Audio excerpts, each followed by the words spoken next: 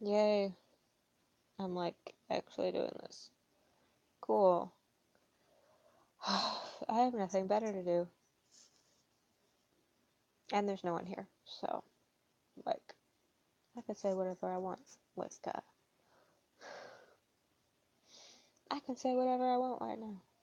I'm gonna get an ant tattoo. Maybe I'll pierce my thorax, shave my abdomen, shave my antenna, and get a gold tooth. Start calling everybody dog. Yay. Yes, I understand. My camera is shitty.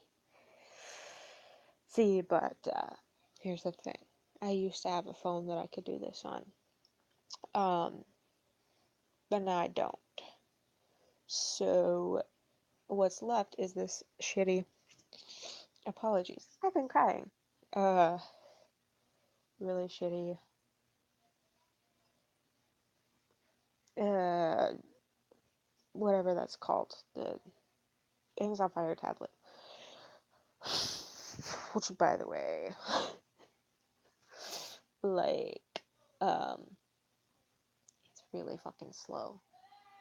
I had to buy an SD card to put all my music on because I have a shit ton of music. I have 32 gigs. Um, it's all filled up. And I still keep adding new songs, so I have to delete stuff that I don't listen to anymore. And it's just super, super sad. Super sad. Do you like my wall behind me? I spent a lot of time drawing shit. I don't know how to adjust the camera. There we go. I spent a lot of time drawing shit. It's backwards. You'll never get to see it forwards. You probably will, eventually. What a perfect time to go live. Am I right, ladies and gents? Yeah. As you can see, what time it is.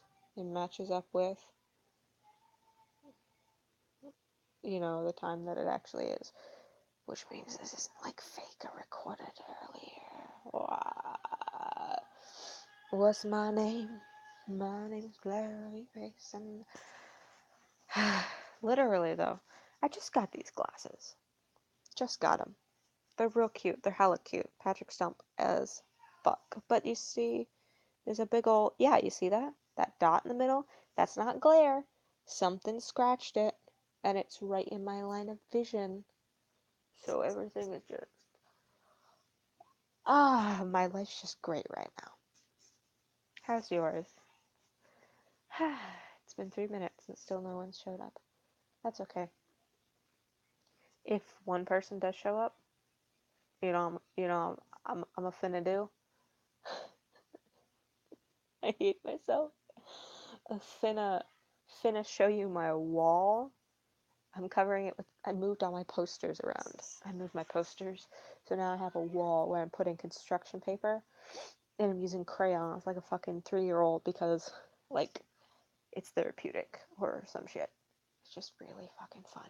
I'm making a wall of songs that ooze big dick energy. It looks really cute, kind of. The first one was like, meh. Which sucks because I started out the Patrick Stump song. Um, in case you couldn't notice, by the glasses and the one video I have on my YouTube channel. I am a huge fan of Patrick Stump. I love the man. He's beautiful. He's beautiful. He deserves love and respect and friendship and just everything. Now is where getting closer to uh, uh, 420. Okay, it's gone now. Yeah, Patrick Stump songs. Okay, Truant Wave, and Soul Punk just ooze big dick energy. There are a couple songs that are like sad or just like a different sort of style, so it's like not exactly, but the rest of it, big dick energy. If you can hear the piano in the background, that is my 6-year-old brother. Or it's my sister's friend. She knows how to play Million Dreams too. She taught my 6-year-old brother, who, by the way, plays it constantly when he's not playing Screen or Welcome to the Black Parade. That is true, by the way. That is 100% true. It's true. Okay, my little brother doesn't know how to do that, so I'm gonna guess it's my sister's friend. Anyways, big dick energy on the subject. I already mentioned Patrick Stump, obviously. The man's music has very big dick energy, even if in person he doesn't fully use it all the time.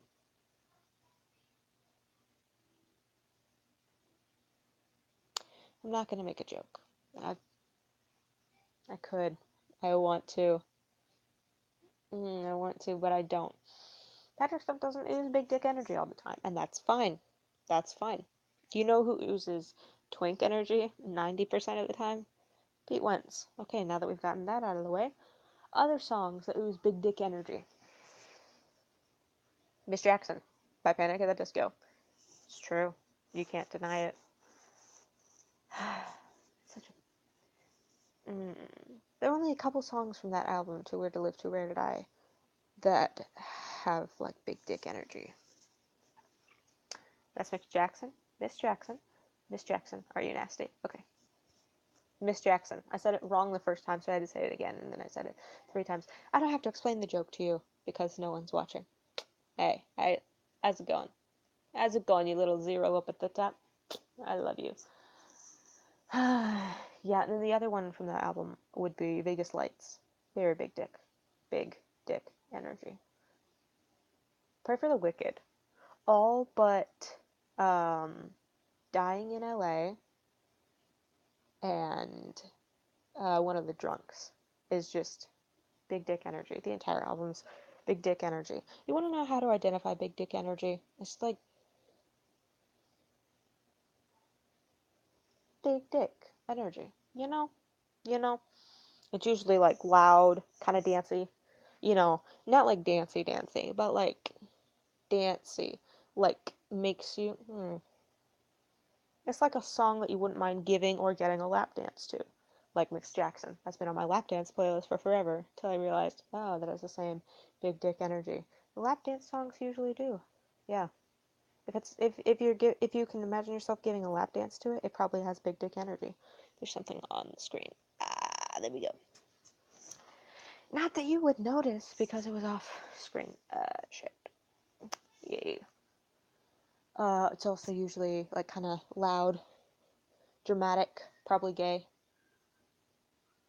Prayer for the Wicked, in a nutshell. Uh, so I have Hey Look Ma, I Made It up there on my wall of big dick energy.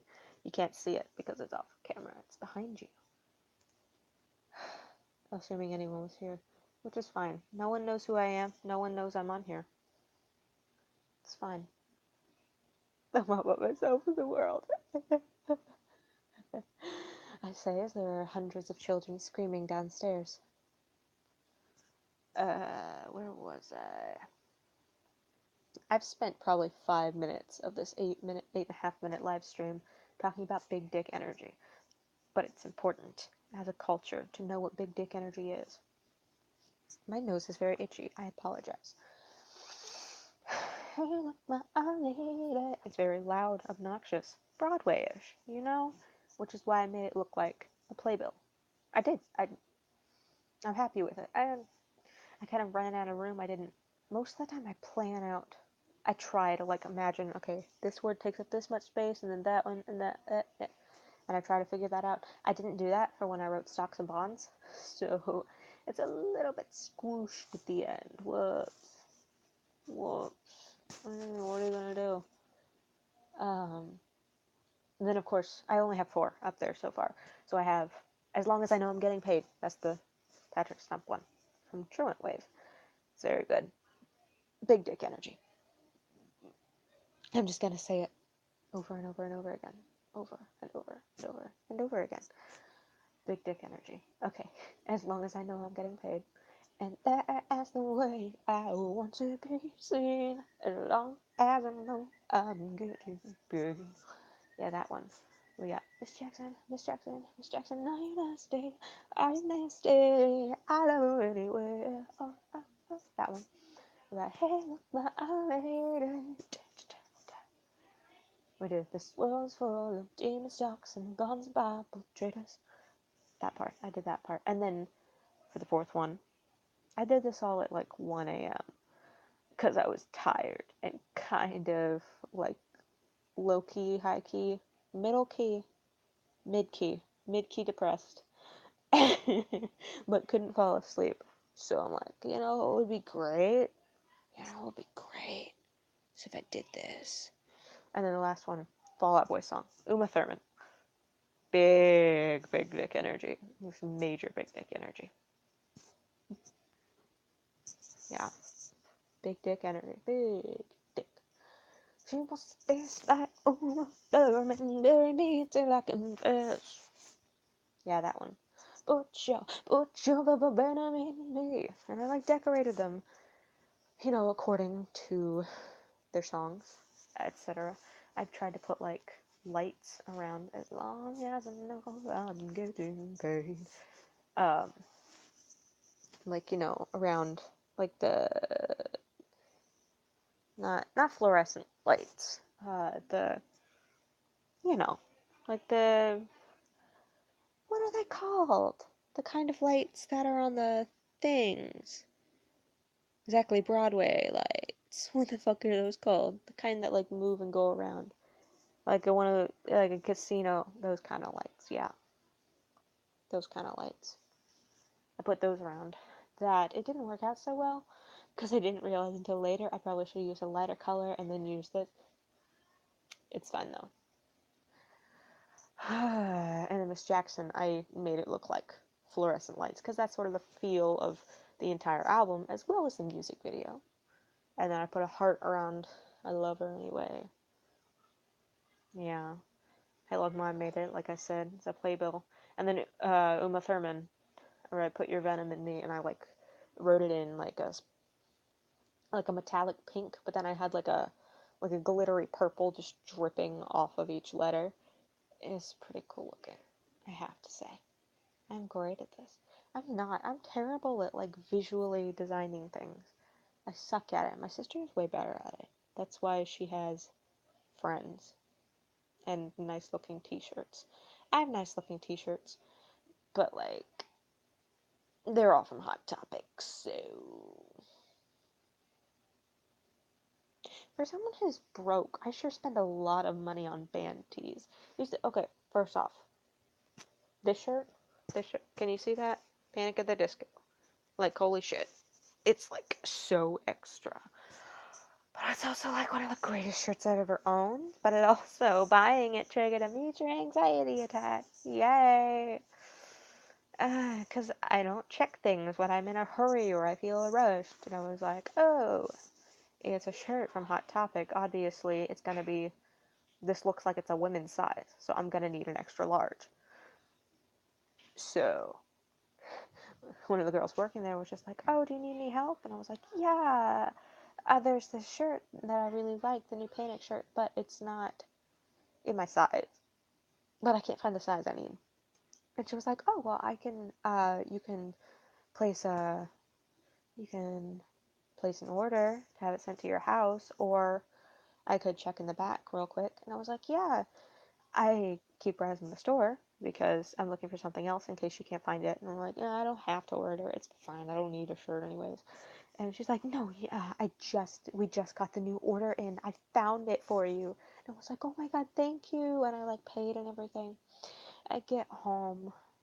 First off, it was on sale because they were doing the stuff in the bag you get 25% off or whatever. I got a new Supernatural bag. It's pretty cute. It's like a tote for saving people, hunting things, family business. It has like demon traps and other stuff, anti-possession. Which, by the way, it's the fake anti-possession symbol. The one that doesn't have the gap at that one specific part. So technically, if you used it, it would do nothing to ward off ghosts. You would definitely get, or demons. You would definitely get possessed. Definitely. But anyways, so I get home and I get the t-shirt out of the bag. I'm super excited. I'm like, ooh, maybe I can wear this tomorrow. I open it up and it's a It's a men's extra large. And when I say men's extra large, I mean insane. Like it goes down to my knees, extra large. The women's extra large barely covers my back, by the way. They're very tight and short. They're like, every time I sit down, they're riding up. They're like halfway up my back when I try to drive or something. So I'm like, expecting it to be like that. No, it's a men's extra large. And I'm full blown panic attack because I'm like, oh my god, I can't go back and do it because I recognize the girl. She's been there every other time I've been in there in the past 6 months. It was like she's working all the time. She went into the back specifically to get me this specific shirt because I asked specifically for this size. And if I go back, then I'll have to say, haha, I actually didn't look at the tag and I made you do all that work for nothing. And I'm like, the rational part of my brain was like, she won't remember you, or she won't be working, or, this is stupid to get upset over. And the other part of my brain's banging pots and pans together, going, we're gonna die, we're gonna die, we're gonna die. So that was fun. Um, then 3 days, and then like 2 days later, I went to my psychiatrist, and she prescribed me anxiety meds. Yay, yay. I've been only on meds for my depression for the past 2 years, 1.5. It hasn't been that long because nobody knew. I didn't know. I didn't know what depression was, bitch. I also didn't know what the word cunt meant a year and a half ago, which is like, kind of weird. I didn't know how sex worked 3 years ago. I should explain. I'm 19. Hi. When I was 16, I had no idea what sex was. I didn't know how women got pregnant. I mean, I knew there was egg and sperm and stuff. I didn't know how they got together. I was homeschooled. I don't have sex ed. Are you kidding me? Like, no, that's disgusting. That's sinful. You can't talk about that until you're married.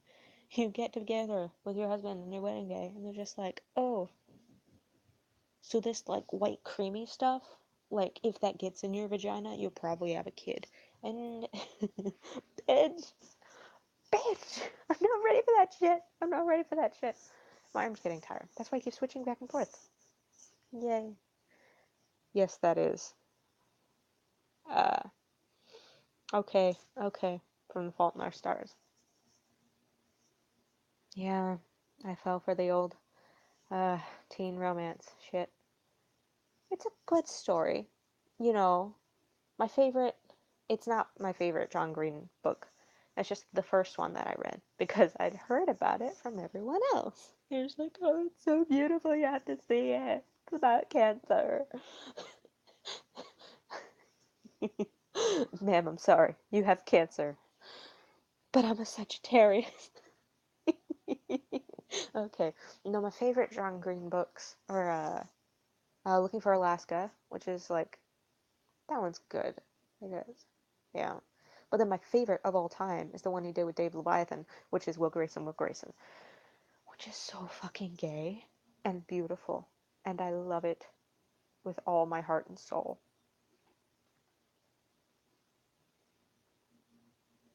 On a side note, I would literally die for Carlos the scientist. Just just so you know. It sounds a little extreme when I say it out loud, but no, I would die for Carlos. I would die for Cecil. I would kill for Cecil. I would kill for Cecil and Carlos to stay together for the rest of their lives, which for Cecil would be like forever. For Carlos, depends on how time chooses to favor him. I'm rereading It Devours, BTW. Any of you are into Welcome to Night Vale and you understood those references? Any of you? There's still 0 people watching. Hey, how's it going? Boop, boop, boop, boop, boop. There's a thing on the screen. It shows me how many people are watching. There's 0. Yeah, Welcome to Night Vale. It's great. It's great. It's great. It's a podcast. It's hard to explain, but they came out with two. The creators came out with 2 novels. Uh, One that was just called Welcome to Night Vale, which is good. I liked it. But there's also It Devours, which is different in a way. Uh, Welcome to Night Vale was about uh the mystery going on in Night Vale, and that's still sort of what It Devours is about, but it's also a story about uh, like science and religion, and it's actually like a really deep and good, well written. It's funny, it's scary, it's like tense, uh, it's like romantic, it's sad in some parts. And one part Cecil breaks down because his uh I I would die for Cecil Palmer. I would also die for Carlos, the scientist. That's his last name now. The scientist. What does Carlos the scientist and Winnie the Pooh have in common? Same middle name. Ah. Ah. No, It Devours is really good. I'm rereading it. I really shouldn't be rereading it because I just got a whole bunch of shit from the library. I want to reread Muriel of Redwall because that was one of my favorites to listen to on CD like 5 years ago. I don't know how long ago it was. There were three I would listen to over and over on CD. Tagarung, which is my one of my all-time favorite books. Um, Eulalia, because that CD was always at the library, and then Mariel of Redwall, which is also really good. Because the main character is a girl who doesn't like that. No, but it is a good book, and I wanted to reread it. And I own The Bellmaker, which comes right after it, or chronologically. I don't remember if it was written right after it. Now, The Bellmaker is like number 12. No, 7. Outcasts of Redwall is number 7 or 8, which means The Bellmaker would be 7 or 6. Which means Mariel would be. No, Mariel's 6, Bellmaker is 7. Okay. Okay. Okay. Legend of Luke is 12. Don't ask how I remember this. No, Mariel of Redwall is really good. I also got Turtles All the Way Down by John Green because that's the only John Green book I haven't read yet, and I just figured I might as well go for all of it completionist, that overwhelming feeling. Yeah, Turtles All the Way Down. I I read the jacket and I'm like, good enough. I don't remember what it's about, but it's like gonna be okay, I think. Let me see. The Legends of Luke Skywalker. Okay, now this is I love the concept of an ordinary person. Or not an ordinary person, but like a person who was ordinary but did extraordinary things. And then their story gets told like all across like the world or the galaxy. And just slowly and it builds up until it's just this one person that everyone believes in. It's like the season finale of series 3 of Doctor Who, with the Master, and he takes over the world. Martha travels the entire globe telling everyone about the Doctor. And it's that hope in that one person, planted in here, planted in here, that brings down the villain. And it's just such an amazing concept. I love it so fucking much. So when I saw this book, I'm like, ooh, Legends of Luke Skywalker, and it says like a journey to the Last Jedi. I'm like, ooh, that's fascinating. So I started reading it, and it's like the underlying narrative is a bunch of these kids who I can't remember who they're working for. I'm still in the middle of it, and it's been a while since I picked it up again. I had to recheck it from the library because I took too long. I had to take it back. No, but it's really good. The underlying story is these kids who are on this starship and they're telling stories around like dinner and stuff about what they've heard about Luke Skywalker. I had an encounter with Luke Skywalker. I knew this one person who knew this person who had an encounter with Luke Skywalker. There was this one droid who had an encounter with Luke Skywalker.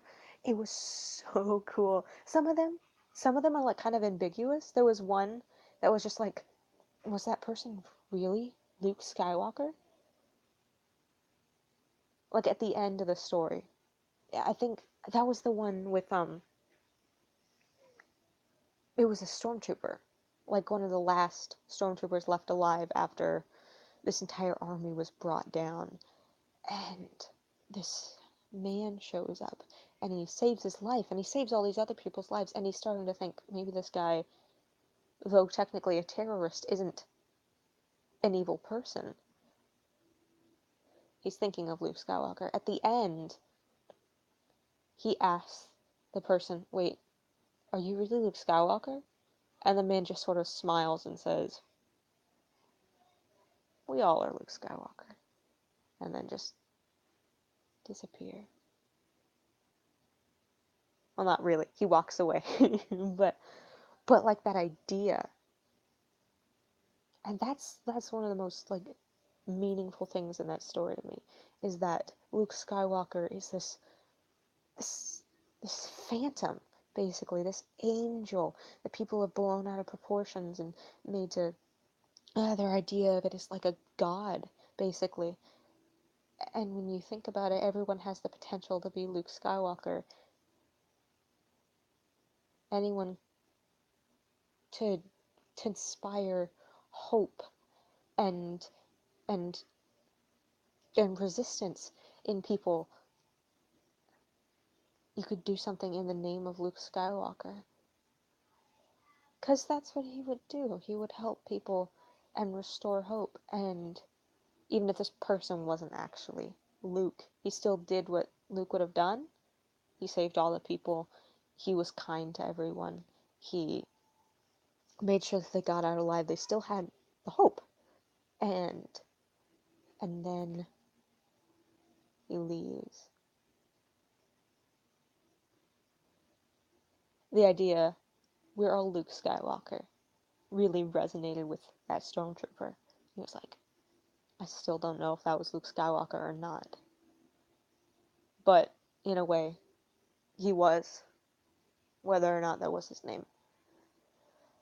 That one was great. It's a good book. I haven't finished it, and I feel really bad talking about it, and I'm getting so excited about it, and I haven't finished it. But it's a good book. I got another Star Wars one. I used to be a huge Star Wars geek when I was like 13, 14. I wrote like little fan fictions. I didn't even know what fan fiction was back in the day. I was just making my own little self-inserts and bought up all these journals and had different characters that I wrote the journals for. I never got past the first couple pages because I'm terrible at finishing things. Yeah, I have a whole bunch of Star Wars books like that I own. I probably have around 20. Um, yeah, I love Star Wars.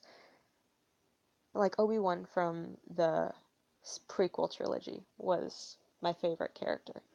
But looking back, like the original trilogy had a lot of really good, like, it was a good story with all the characters and the ideas and the, it's just so good. Like the story of absolute no one's a farmer, a scoundrel, and a like a political princess all getting together and becoming the most powerful group in the galaxy and taking down the evil forces. It's just great. Some inspiration for you Gen Z kids looking to knock Trump off his tower. No, but yeah, I got one about Leia, like leading up to the events of A New Hope. And it looks fascinating. I still haven't read it yet. Got a couple manga because, yes, I got four. Two from different.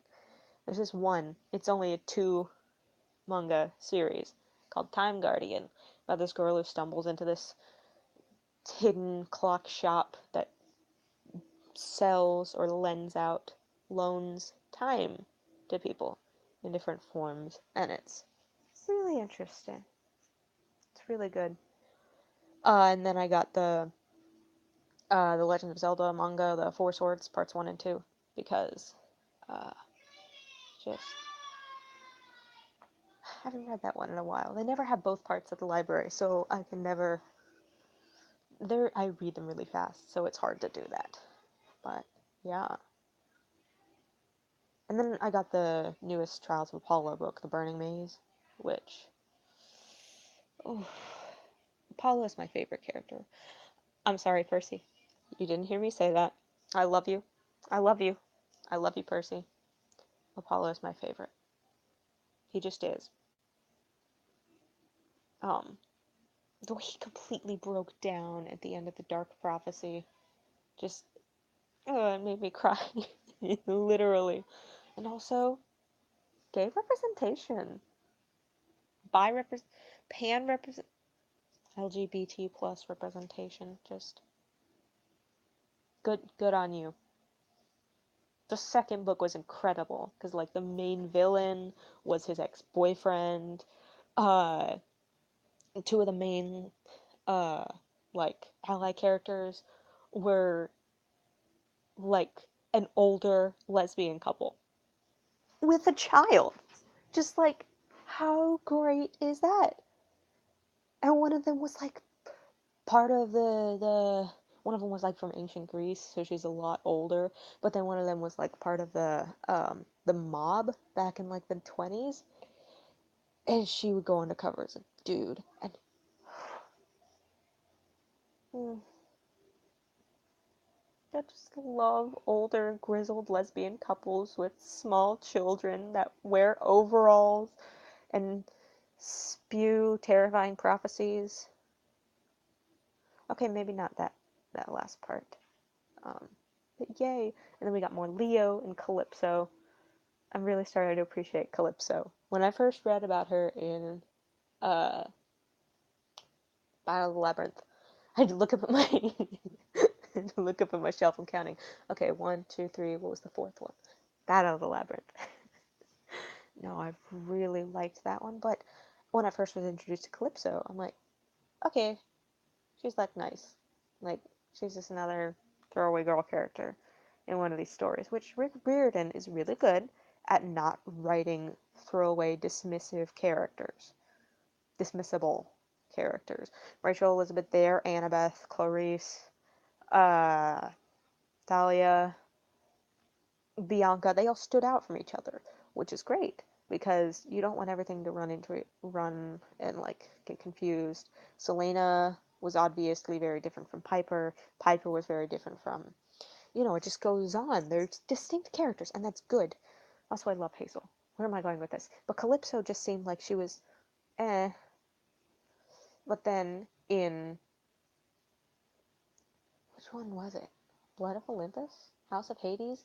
I don't know. I read those two back to back, like within 3 days. So I don't remember what happened in which one. But I do know that Calypso was a lot more interesting when we saw she wasn't completely smitten with Leo and just acting like a goddamn asshole.